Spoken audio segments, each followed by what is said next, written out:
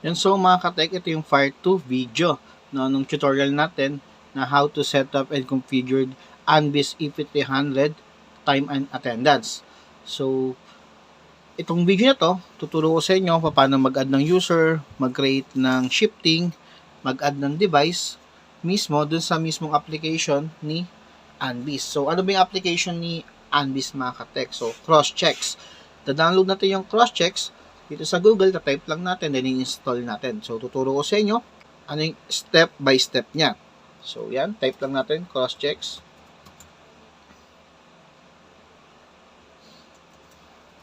Download.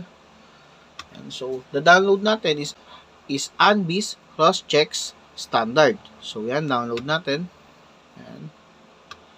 So, tayo lang natin siya matapos. Then, after natin ma-download, i-install natin mismo yung application na yan. Once na natapos na yung download, yan, open lang natin. Yes. Okay.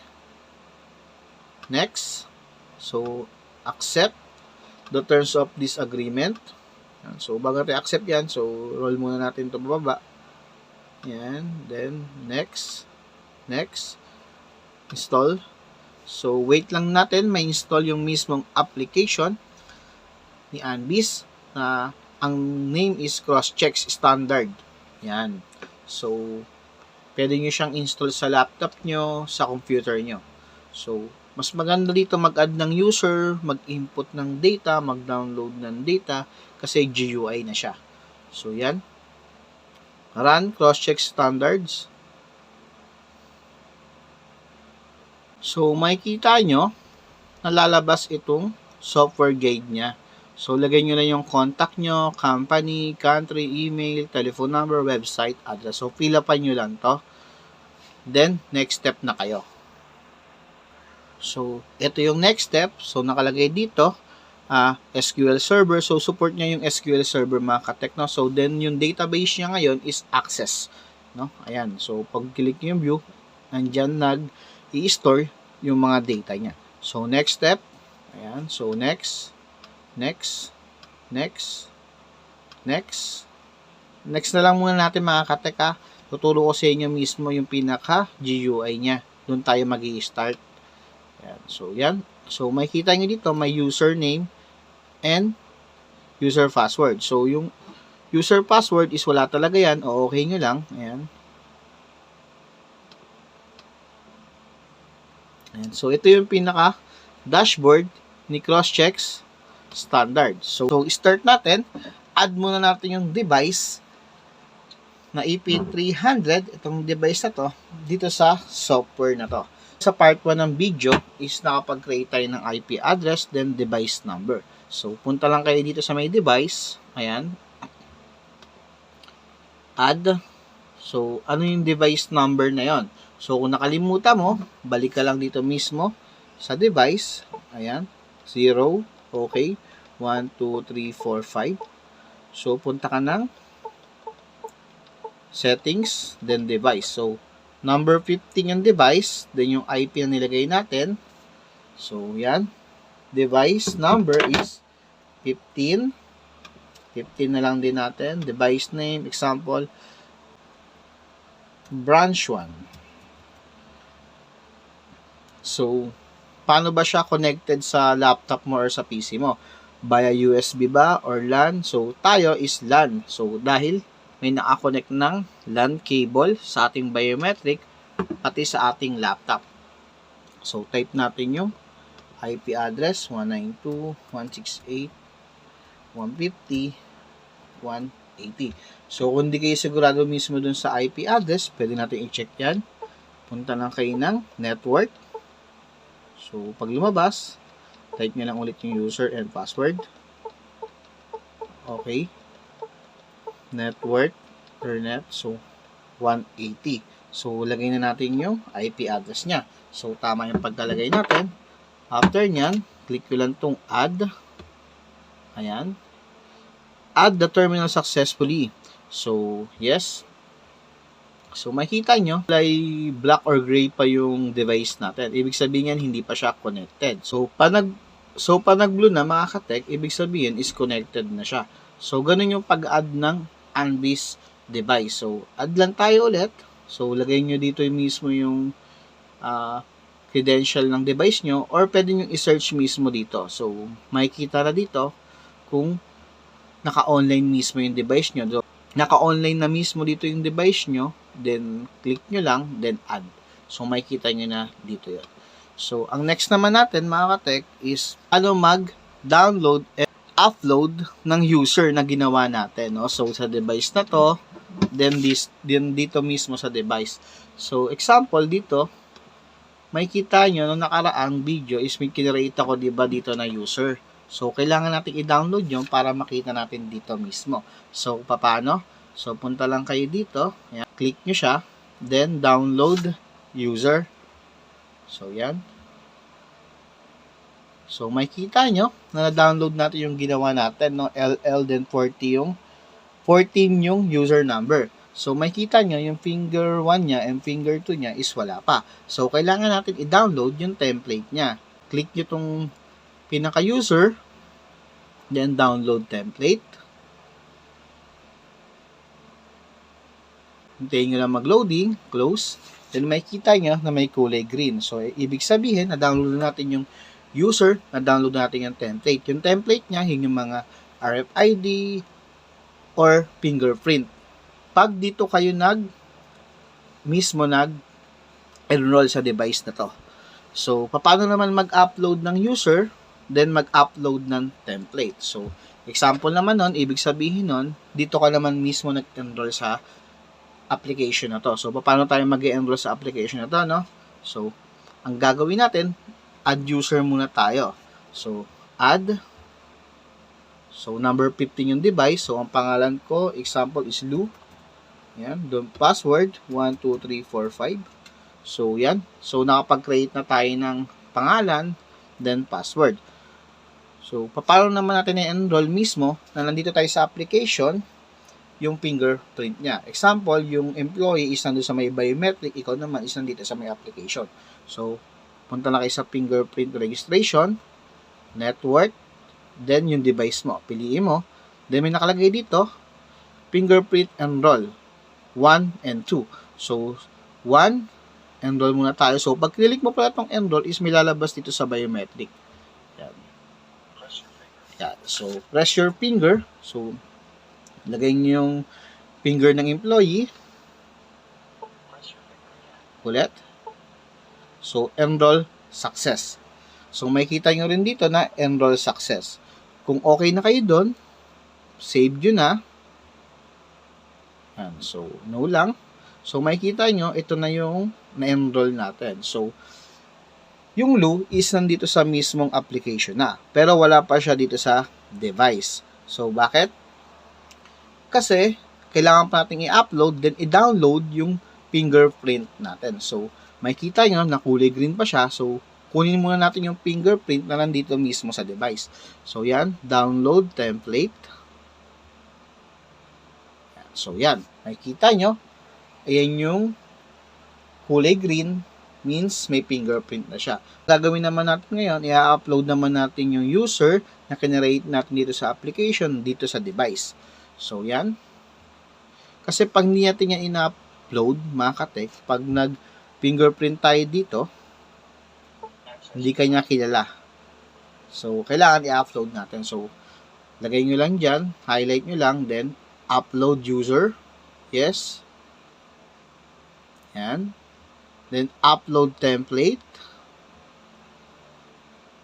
Yan. So, pag na-upload template na natin yan, yan. So, tignan natin kung kilala na tayo ng device natin. Yan. So, makikita nyo, access granted, lumabas na din yung name ko. So, ganun lang kadali. Pag dito kayo nag-add ng user, automatic i-upload nyo mismo sa device. So, dito naman kayo lagay ng user, automatic i-download nyo sa application. Upload and download lang mga ka-tech. So, yan yung pinaka-base lang niya. So, laruin nyo lang kung paano siya i-setup. So, ang next naman natin, creating shifting. So, paano ba mag-create ng shifting? Dito sa Anvis. Kayo dito sa settings, shift management. So, dito, may timetable mga ka-tech, no? So, pwede kayo mag-create example ng morning. So, yung morning nyo, example, papasok siya ng 9 o'clock, uuwi siya ng 7, ay ng 6 o'clock. So, 18, military time, 1800. So, itong begin clock in time, ibig sabihin kung anong oras siya pwede mag-in sa umaga, then end clock, anong oras lang siya pwede mag-out. Okay? So, meron nakalagay dito na late error. So, ito yung mga grace period. So, kayo na po magtitimpla niyan. So, sa morning, ito po yung shifting nyo. Add. So, kung may evening kayo, pwede nyo rin ilagay dito. Ayan. So, pasok yung sample is 20:00, then hanggang 5 o'clock. Hanggang 6 na natin. 6:00. Ayan. So, evening shift nyo. Add. So pa nakapag-create na kayo ng timetable, pwede kayong pumunta dito sa shifting schedule. Sa timetable 1, so pwede kayong mag-create morning. Ayan. So, add. So, ito yung timetable na ginawa natin, no? So, pwede ka dyan maglagay ng timetable. So, si morning, lagay natin dyan. So, ayan, day 1, choice date. Ayan. Then, pwede naman tayo mag-create ng evening. Evening. So, yung evening natin, ibig sabihin, gagamit natin siya for whole month. So, gagamit natin siya for whole month. So, add tayo ng timetable, yung evening natin, good for 31 days. Example. Then, add natin. So, itong morning natin is good for 1 day lang and evening. So, user scheduling na tayo. So, search nyo muna yung user nyo. Ayan. So, example, si Lou. Pag nilik nyo yan, ang schedule ni Lou is evening. So, dito tayo sa normal scheduling na tinatawag. So, meron din naman tayo dito, intelligent scheduling. Ito naman yung ginawa nating timetable. So, dito, ito yung shift lang. Example, si Louie or si Lou is normal scheduling. So, ginawa natin siyang morning. So, add lang. So, makikita nyo dito kung hanggang kailan yung morning niya. So, yan. So, pana-add nyo yan. Save lang. So, si Lou, ibig sabihin, is naka-morning schedule.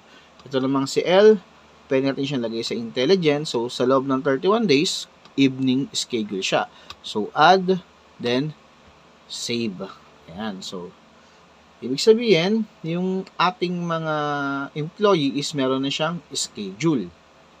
Na? Ganun lang gumawa ng shifting. Then, paano siya i-input or ipasok mismo sa user. So, ngayon naman, gagawin naman natin kung paano ba i-download yung pinaka-data nila o paano mag-extract ng pinasok nila. So, punta kayo ng record. Ayan. So, sa department, ayan, so, piliin nyo lang yung user or all. So, pag all, search nyo yan, search record, so, kailangan tama dito. Tama yung begin date nyo, then tama yung end date nyo. Then, export file, ayan. So, dito sa device, number 15 yung device natin.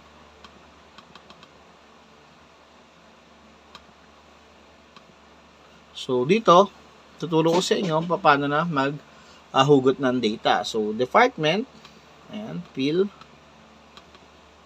So, users, kung all user pwede, then begin date and end date. So, kailan yung cut-off nyo. Then, statistical analysis.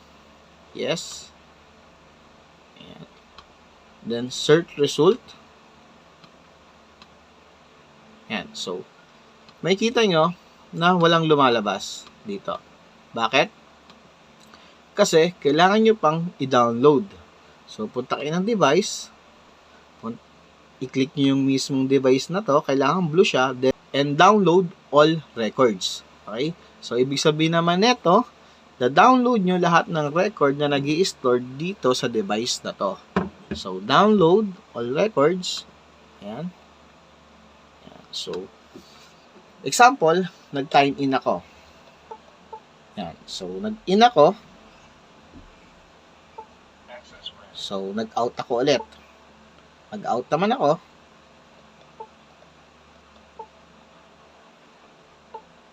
So, yan. Si number 14, nag-in, then nag-out. So, yan. Pag tinignan natin dito sa attendance is hindi makikita. So, ano ang kailangan natin gawin? I-download natin yung nangyari mismo sa device na yon. So, download all records. So, yan. Di-close. Then, saka natin titignan sa attendance and record. So, punta tayo sa attendance. Ayan. Then, type nyo lang all para lumabas lahat. And then, statistical analysis.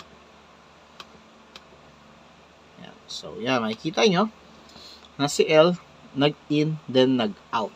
Ito yung record niya. So, paano siya export?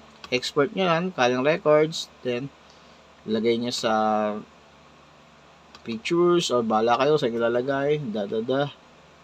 Sked. Sa pictures. So, na-export na siya sa pictures. Punta lang kayo sa folder na yon.